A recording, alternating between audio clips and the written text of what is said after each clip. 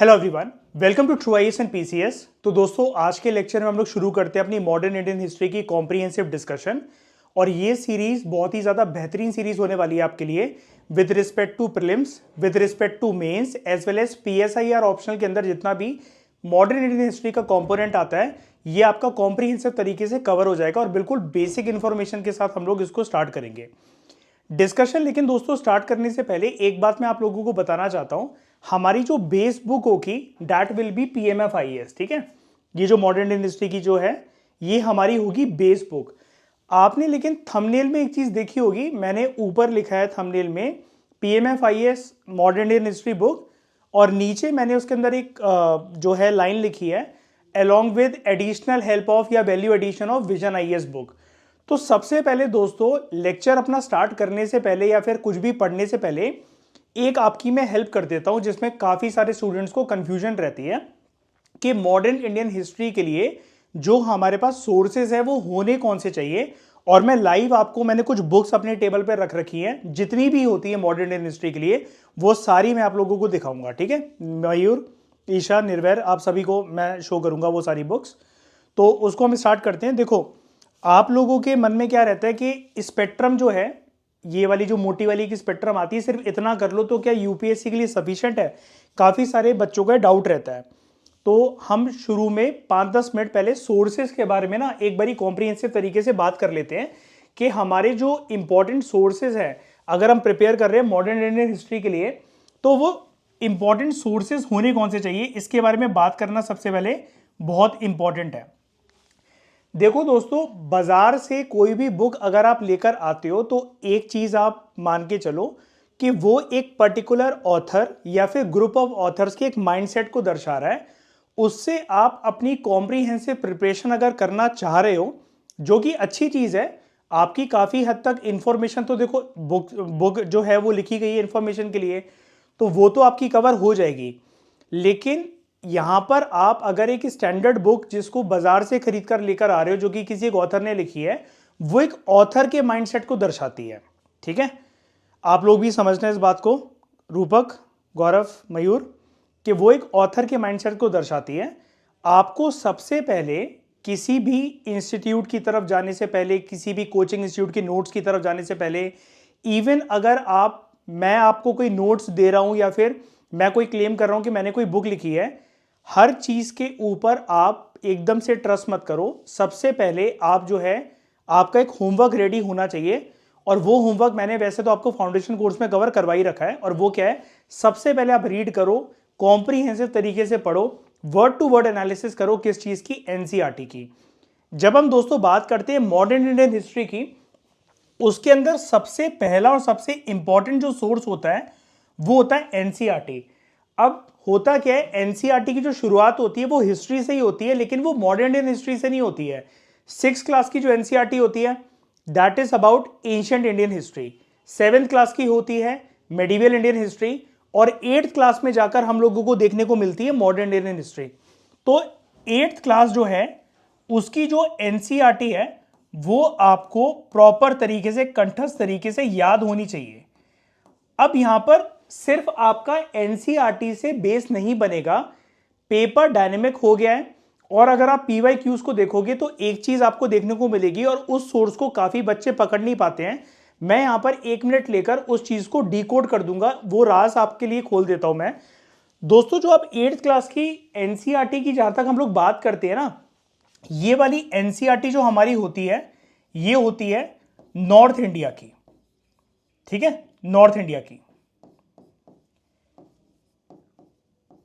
अब आप एक चीज जरा गहराई से सोचने की कोशिश करो, लॉजिकल माइंडसेट के साथ और पूरे मैच्योर तरीके से। पेपर जो बनाने वाली यूपीएससी की टीम है उसके अंदर क्या सिर्फ नॉर्थ इंडिया के लोग भरे हुए हैं क्या? बिल्कुल भी ऐसा नहीं है। साउथ इंडियंस का भी इक्वल कंट्रीब्यूशन होगा, टीम में कोई तो होगा साउथ इंडियन जो कि साउथ इंडियन स्टेट से बिलोंग करता होगा या करती होंगी, मेल फीमेल जो भी उनके टीम में होंगे, वो लोग नॉर्थ इंडिया की एनसीईआरटीज को रेफरेंस की तरह कभी लेंगे ही नहीं। खुद सोचने की कोशिश करो ये वाली बात, आप क्यों नहीं लेंगे? नॉर्थ इंडिया में एनसीईआरटी का syllabus time to time change कर दिया जाता है, बिकॉज ऑफ रिवॉल्विंग पॉलिटिक्स, राजनीति की वजह से। मुसलमान हिस्ट्री जो है, मुसलमान शासकों की, मुस्लिम रूलर्स जो है, उसको लीडर्स जो है कई सारे, जब वो सत्ता में आते हैं, जैसे बीजेपी की अभी पार्टी चल रही है, ये वाली बात मैं बहुत एक क्रूड तरीके से बोल रहा हूं, बोल्ड स्टेटमेंट के साथ बोल रहा हूं, उन्होंने बहुत सारा सिलेबस जो है, अब जो नई वाली एनसीईआरटीज आई, नई वाली जो एनसीईआरटीज आई हैं, हमारे नॉर्थ इंडिया की एनसीईआरटीज की मैं बात कर रहा हूं, बुक्स की, उन्होंने हटा दिया है मुस्लिम रूलर्स की बहुत सारी हिस्ट्री। लेकिन दोस्तों पता है क्या है, मजाक की बात यह है, यूपीएससी आप पर रहम नहीं करेगा बिल्कुल भी। अगर उसको क्वेश्चन पूछने होंगे वो डेप्थ में जाकर पूछेगा, लेकिन जब वो चीज आपकी बुक में होगी नहीं तो आपको फिर अपने ऊपर डाउट फील होने लगेगा कि हम अच्छे से पढ़ रहे हैं कि नहीं पढ़ रहे हैं। ठीक है, तो इसके लिए बहुत इंपॉर्टेंट हो जाता है जो एक इंपॉर्टेंट सोर्स को बच्चे मिस करते हैं एनसीईआरटी के साथ, दैट इज आप 8th क्लास की ही जो है आपको वो बुक पढ़नी है, और वो है आपकी जो तमिलनाडु की जो बुक्स होती हैं, आप उनको तमिलनाडु की एनसीईआरटीज कह लो या कुछ भी कह लो, वैसे उनको तमिलनाडु की बुक्स कहा जाता है क्योंकि एनसीईआरटी तो नॉर्थ इंडिया का बोर्ड है। 8th क्लास की तमिलनाडु की जो मॉडर्न इंडियन हिस्ट्री की बुक है, उसकी भी चैप्टर्स अगर आप कवर करते हो, आपका अच्छा खासा जो है वो मॉडर्न इंडियन हिस्ट्री का बेस जो है वो प्रिपेयर हो जाएगा। इसके अलावा काफी बच्चे ये पूछते हैं कि हम और हायर क्लासेस में जाकर इसको पढ़ सकते हैं क्या? पढ़ सकते हो, लेकिन इसके बाद मैं आपको एक चीज बोल सकता हूं, इन दोनों सोर्सेस के बाद आप डायरेक्टली जो है वो अपनी स्टैंडर्ड बुक पर आ सकते हो। इसके बाद आपको क्लास 12th में जाने की कोई नीड नहीं है, आप कोई भी अपनी स्टैंडर्ड बुक जो है उसको बेस बना सकते हो, इतना पोर्शन जो है वो कवर करने के बाद। अब जहां तक बात आती है ना दोस्तों सोर्सेस की, तो सोर्सेस में सबसे पहले जहां पर मैं आपसे बात कर रहा था, मैं इस लेक्चर में आपको पूरी क्रिस्टल क्लियर क्लैरिटी दे दूंगा, आपको कोई कंफ्यूजन नहीं होगी, ना ही आपको उसके बाद किसी से पूछना पड़ेगा कि मॉडर्न इंडियन हिस्ट्री की तैयारी करे कहां से। जितने सोर्सेज होते हैं वो मैंने टेबल पर फैला रखे हैं और मैं अभी कैमरे के सामने आपको दिखा दूंगा। सबसे बेसिक सोर्स जो बच्चे प्रेफर करते हैं ऑल ओवर द इंडिया, चाहे वो यूपीएससी की तैयारी कर रहे हो, स्टेट पीएससी की तैयारी कर रहे हो, वो होती है स्पेक्ट्रम की बुक, ये वाली। ठीक है, comprehensive brief history of modern India, ये स्पेक्ट्रम। ठीक है, अब इसको प्रिपेयर करके आपका हो सकता है कि प्रीलिम्स में आपको हेल्प मिल जाए, लेकिन दोस्तों आप मेंस की आंसर राइटिंग इससे बहुत अच्छी तरीके से नहीं कर पाओगे। और इनकी मजाक की बात यह है पब्लिशिंग हाउस की कि इनकी स्पेक्ट्रम कभी रेडी नहीं हो पा रही आज तक। हर साल एक नया एडिशन आ जाता है, यूपीएससी में कुछ एक एक्स्ट्रा फैक्ट पूछा गया, उसके बारे में इंफॉर्मेशन गूगल से निकाल के ये 10-15 पेजेस और ऐड कर देते हैं। और ये जब शुरू में आई थी तब ये इतनी सी हुआ करती थी, इतनी सी, और आज ये इतनी बल्कि बुक हो गई है पिछले 8-10 सालों के अंदर। ठीक है, ये सोर्स जो है मेरे हिसाब से ये रेडंडेंट है, ये बेकार सोर्स है। इससे आप एक स्टेज से प्रीलिम्स थोड़ी ना क्लियर करना है आपको मेंस भी तो लिखना है, तो इसको तो आप साइडलाइन कर दो। ठीक है, फिर अगर हम बात करें, कुछ बच्चे जो हैं वो ये प्रेफर करते हैं, जैसे 2013 के जो रैंक 1 थे मिस्टर गौरव अग्रवाल सर, जिनकी रैंक 1 आई थी 2013 के यूपीएससी में, उन्होंने इस बुक को रेफर करा था सिर्फ प्रीलिम्स और मेंस के लिए, that is Shekhar Bandyopadhyay from Plassey to partition. ठीक है, आप लोग भी देख लो, Mayur Isha Nirvair, Shekhar Bandyopadhyay from Plassey to partition. ठीक है, ये वाली बुक जो है ना दोस्तों, ये अच्छी बुक है, लेकिन इसके अंदर दिक्कत क्या है, ये जो लिखी गई है बैटल ऑफ प्लासे के बाद से पार्टीशन तक लिखी गई है, इसके पीछे का बैकग्राउंड भी हमें पता होना चाहिए, और ये मेंस ओरिएंटेड बुक है। ठीक है, तो इसकी भी एक अपने आप में लिमिटेशन है।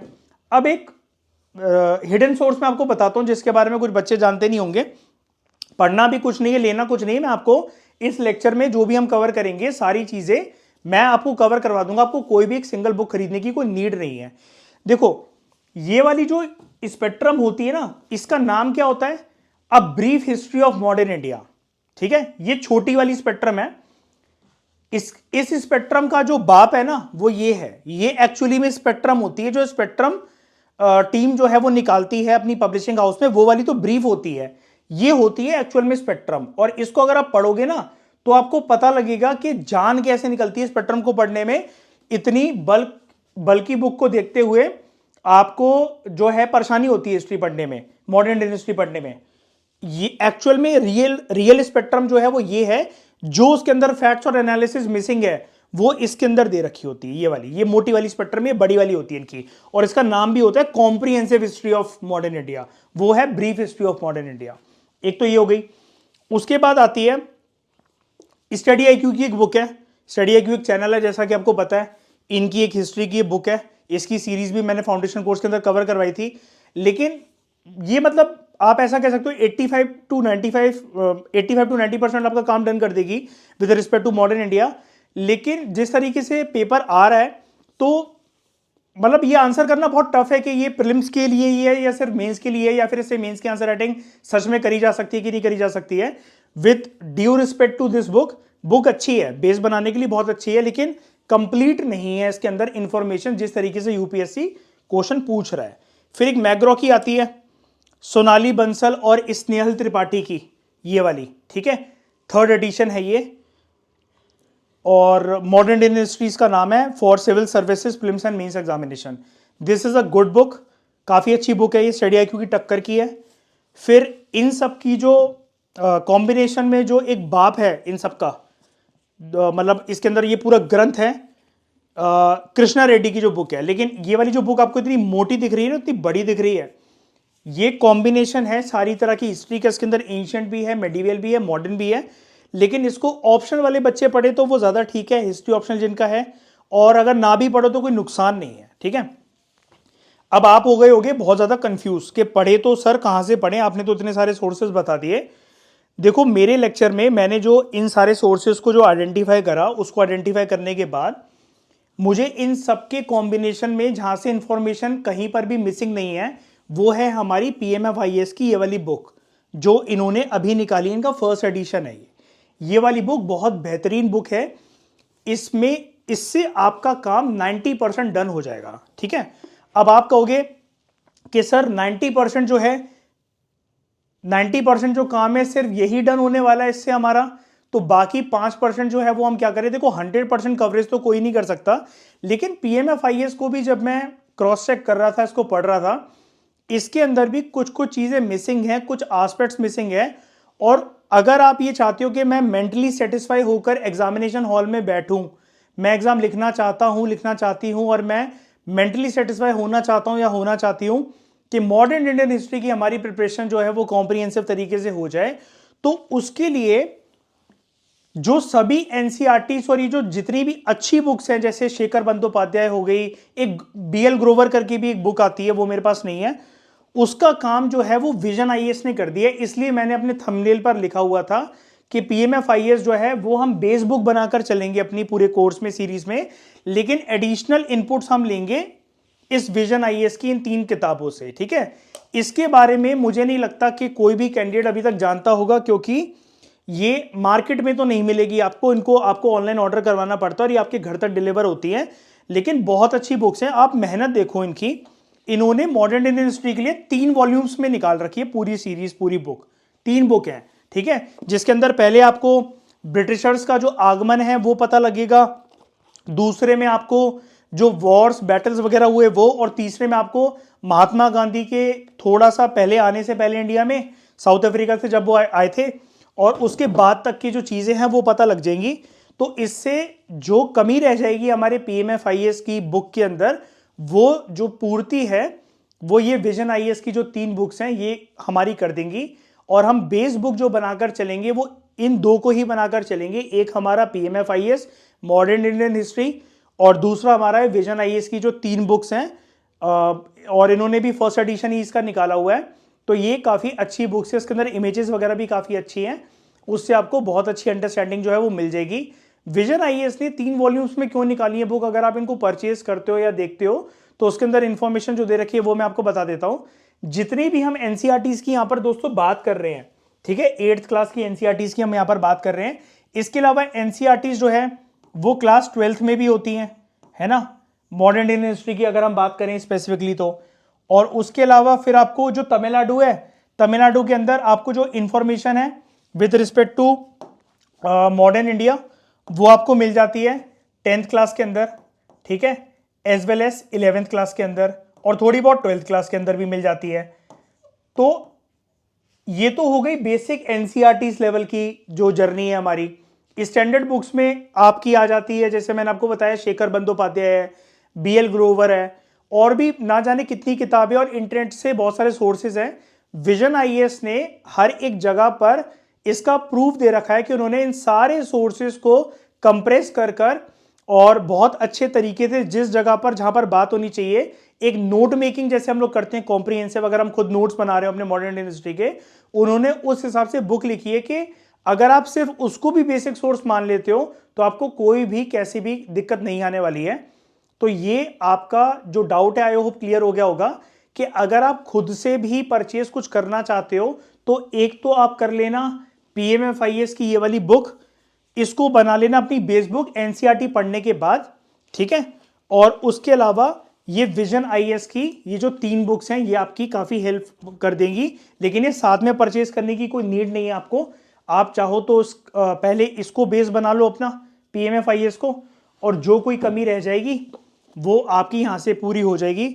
और अगर आप मेरे फाउंडेशन कोर्स के स्टूडेंट हो या फिर इन लेक्चर सीरीज को मेरे फॉलो करोगे तो मैं मतलब बुक्स की झंझट तो आपको पढ़ने नहीं दूंगा, आप बस मेरे लेक्चर को सुनो, जो स्क्रीन पर चल रहा है उसको समझो, जो पीडीएफ्स हैं टेलीग्राम के ग्रुप से या जो हमारा लवासना वाला ग्रुप है उससे डाउनलोड करो और बाकी आपका काम हो जाएगा। बुक्स एज सच आपको परचेज करने की कोई नीड नहीं है।